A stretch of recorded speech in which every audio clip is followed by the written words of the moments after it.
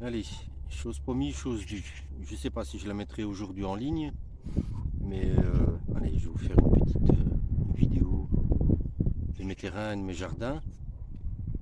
J'ai ressorti mon chapeau de Compostelle parce qu'aujourd'hui on a un peu de soleil, même si on a un petit pull parce que ça reste frais. Je suis en train de regarder là-bas parce qu'en fait, je pense qu'il y a un nid de pie et il y a les corneilles qui attaquent et c'est assez impressionnant. Enfin voilà.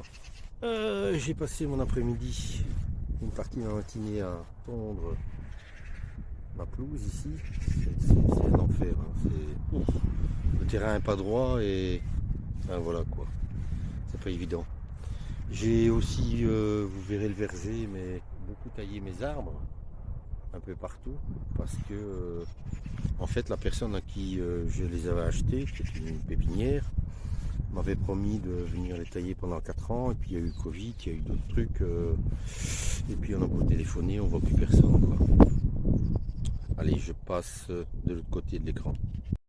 Donc ici c'est la prairie, hein, là où j'avais mes carrés il y a quelques années. C'est tendu, c'est propre. Les arbres fruitiers commencent à être en fleurs. Voilà. L'an dernier, j'ai pas utilisé du tout cette serre. Je me demande même si l'année avant, j'avais pas utilisé non plus. Mais cette année, j'ai décidé juste les deux premiers locaux pour mettre quelques tomates et quelques poivrons. Allez, j'ai quand même mis les poules longtemps là-dedans, donc c'est assez riche. Par contre, c'était ultra sec et bah, il faut bien arroser pour avoir un minimum d'humidité, quoi. Le verger que j'ai un peu nettoyé.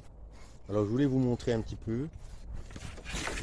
Comme vous voyez, la plupart des troncs, je les ai chaulés, mais je les ai chaulés avec des cendres. Donc en fait, vous tamisez les cendres, vous mettez de l'eau et puis vous badigeonnez quoi. Pareil, c'est super efficace contre la vermine.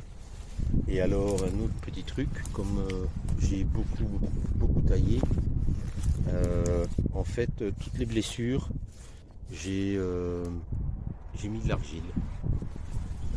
J'ai un terrain hyper argileux, donc j'ai fait un trou, j'ai mis de l'argile, j'ai mis de l'eau, j'ai fait un enduit et voilà. Comme ça on protège et on répare les arbres de manière naturelle. Alors je vais juste vous montrer là-bas la voiture à côté, mais c'est bien, c'est très très réduit.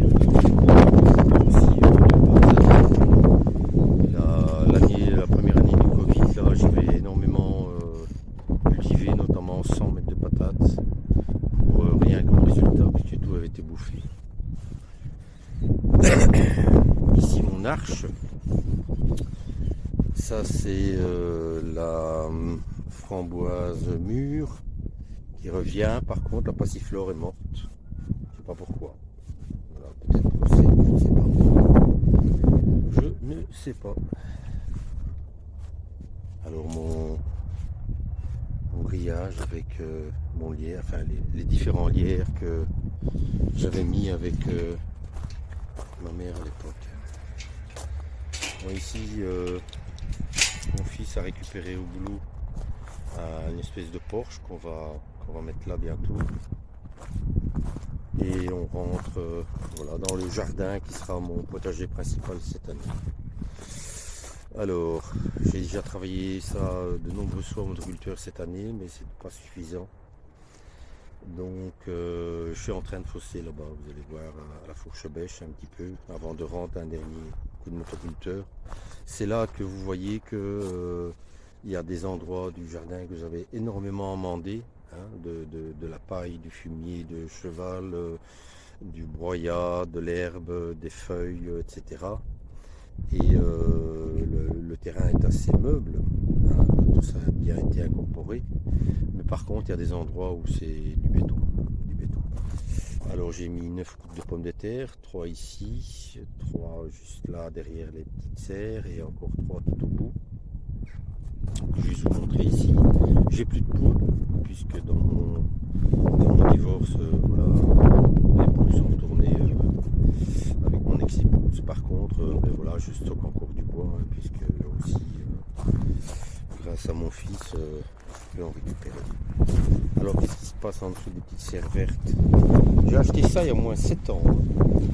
Et ben, à part quelques-unes qui sont vraiment quasi mortes, c'est vraiment super génial. C'est de la salade. Ici et là-bas, c'est de la salade. Le nouveau poulailler que j'avais fait avec mon fils l'an dernier, je ne sais même pas si je l'avais montré. Bah, on verra en été si on va rechercher des poules. Alors j'ai une petite rhubarbe là-bas. Et alors ça c'est le plan principal que j'avais. Vous voyez aussi sur mon terrain, il n'y a plus du tout de carré. J'ai dû tout démonter, tout était pourri, mais de chez pourri. Donc voilà. Et cette année, je travaille sur un jardin traditionnel. Vous voyez, je suis obligé de retourner parce que sinon... Par contre, il y a des milliers de vers de terre. Hein. Donc c'est qu'il y a quand même eu beaucoup d'amendements, ça c'est certain. Là, c'est une expérience, ce sont des échalions qui me restaient, que j'ai mis. On va voir où ils se divisent, où ils me donnent des graines. Et alors j'ai fait une petite rangée d'ail avec l'ail qui me restait de l'an dernier, les patates et les salades. Salade que j'ai semé moi-même évidemment. Et alors ici, dans la serre, ça va faire un peu de bruit. Voilà, dans la serre j'ai déjà mis 3 pieds de tomates qui sont là-bas. Ça ce sont mes autres pieds de tomates que j'ai fait moi-même. Il n'y a que 3 variétés, marmande, délice d'or et vert des carreaux, un truc comme ça. Ça c'est des pains de sucre. Ici c'est mon plus beau plan, c'est un plan de marmande. Voilà, je vais mettre une bonne dizaine ici dans la serre et ce sera bien, plus que suffisant. Des salades, encore des salades, des concombres, des salades. Et voilà. Donc voilà, je vous avais promis un petit tour. J'ai promis un petit tour, vite fait, bien fait. Voilà. Vous voyez mon jardin. J'ai plus qu'assez pour travailler cette année. Et puis on verra ce que ça nous apporte. Hein. Je vais pas faire. Il y a beaucoup de choses que j'ai pu mettre. J'ai encore une fois essayé les carottes, mais c'est très difficile. Les choux, si vous les protégez pas, ils sont bouffés. Je sais pas. Je ne sais pas. Donc je fais ça au fur et à mesure. Les pommes de terre, je suis content.